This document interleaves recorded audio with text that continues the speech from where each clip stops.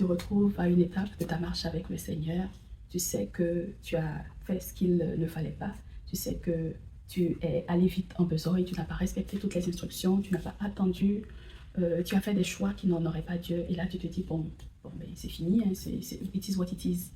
Je viens te dire que non, ce n'est pas fini, parce que la miséricorde triomphe du jugement. Bienvenue dans cet épisode de notre série sur l'appel. Et merci d'avoir suivi jusqu'ici les précédents épisodes. Nous avons vu la définition de l'appel. Nous avons vu que l'appel, c'est une marche, c'est pas une destination, c'est un voyage à plusieurs escales. Nous avons vu que l'escale peut prendre plusieurs formes. Il y a différentes saisons par escale. Nous avons vu la saison de la séparation partielle, la séparation totale. Nous avons vu le test de l'intégrité. Nous avons vu l'épreuve du temps où c'est difficile d'attendre la promesse encore et encore alors qu'on a tout bien fait, mais on ne voit pas ce que Dieu nous a promis et on a tendance dans ces cas-là à aller dans un plan B pour aider le Seigneur. Et aujourd'hui, nous allons voir que même si c'est arrivé, c'est pas gâté. Comme le disent les Ivoiriens, c'est pas gâté.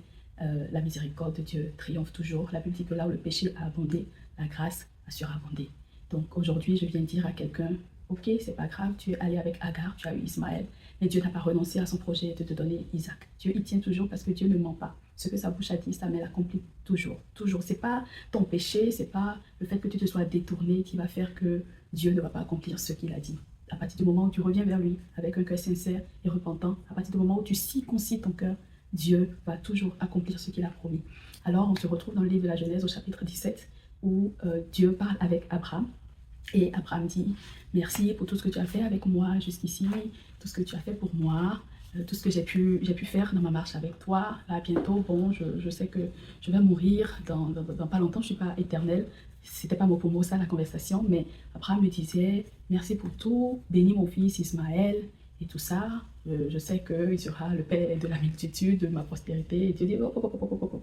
Qui a dit ça? Non, non, c'est pas Ismaël.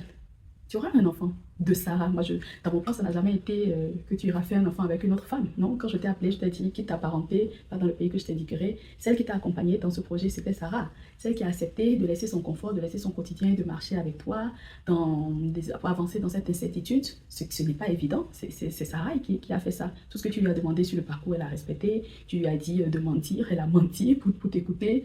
Et tout ça, donc non, c'est Sarah, hein. C'est elle, la mère de la multitude. C'est pas la servante, c'est pas une égyptienne, non. C'est Sarah, ta parente, c'est la fille de ton père.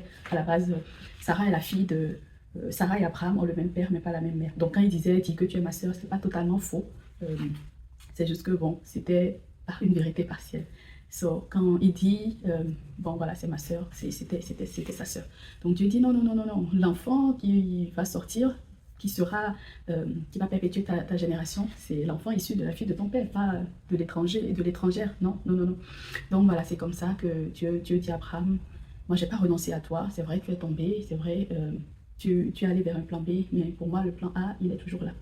Donc Dieu fait un deal avec Abraham et lui dit, Isaac va naître, mais j'ai besoin que tu me donnes ton cœur, j'ai besoin d'une circoncision totale, mais totale et radicale.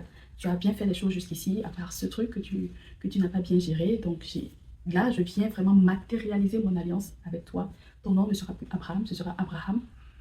Sarai sera désormais Sarah. Et à partir d'aujourd'hui, je voudrais que tu sois circoncis. À partir d'aujourd'hui, je demande la circoncision de tout mâle. On coupe le prépuce de tout mâle de ta maison, toi-même et tout ça. On coupe le prépuce de tout le monde. À ce moment, Ismaël avait, je crois, 12 ou 13 ans. Parce qu'il l'a eu à 86 ans, et au moment où le Seigneur lui parlait, il avait 99 ans, et Sarah avait 89. Quand elle a accouché, elle avait 90, Abraham avait 100. Donc, Abraham accepte. Et en fait, ce mouvement de couper le prépuce à cet âge-là, sans anesthésie, je le rappelle, c'était vraiment ça la circoncision du cœur. C'était vraiment ça la repentance. C'était vraiment ça le nouveau départ avec le Seigneur. Et cette possibilité est offerte à tout le monde, et c'est ce que Dieu attend de nous, un nouveau départ avec lui. Un nouveau départ avec lui. Vraiment, je voudrais inviter toute personne au son de ma voix qui regarde cette vidéo, qui à un moment donné a été très proche du Seigneur et qui après s'est éloigné d'une manière ou d'une autre, à cause du quotidien, à cause des habitudes, à cause des routines qui se sont installées, ou parce qu'on veut faire comme les autres. Et aujourd'hui, tu regardes cette vidéo, tu dis, je veux retourner à mon premier amour. Je veux retourner à ce zèle-là que j'avais dans mon obéissance. Dans le livre de la Genèse au chapitre 12, Abraham, il faisait tout ce que le Seigneur lui disait, jusqu'à ce qu'on en arrive là. La grâce de Dieu est toujours disponible. J'ai envie de dire à quelqu'un, retourne à ton Dieu. Retourne à ton Dieu. Retourne à cette relation-là, personnelle que tu avais avec le Seigneur. Dieu t'attend, les bras ouverts, les bras grandement ouverts. Dieu t'attend, il veut t'enlacer. Il veut te faire un câlin pour te dire, j'ai pas renoncé à toi. J'étais là. À chaque étape de ta vie, j'étais là et j'attendais juste le moment où tu vas accepter de couper ton prépuce. Le moment où tu vas accepter de circoncire ton cœur. Le moment où tu vas accepter de te laisser envahir par mon amour. Le moment où tu vas accepter de renoncer à toutes ces choses. Le moment où tu vas vouloir prendre de nouveaux départs. Je vous en supplie, si vous écoutez cette vidéo et que vous vous retrouvez dedans, retournez à votre premier amour. La grâce de Dieu est disponible. C'est le meilleur cadeau que vous pouvez vous offrir avant la fin de l'année 2025. N'entrez pas en 2026 tel que vous étiez avant d'écouter cette vidéo. Si vous vous reconnaissez dedans, comme Abraham, j'ai suivi le Seigneur, j'ai tout fait, mais j'ai déconné à un moment donné, je me suis dit, bon ok, je me suis trop éloignée, je ne peux plus retourner à la maison.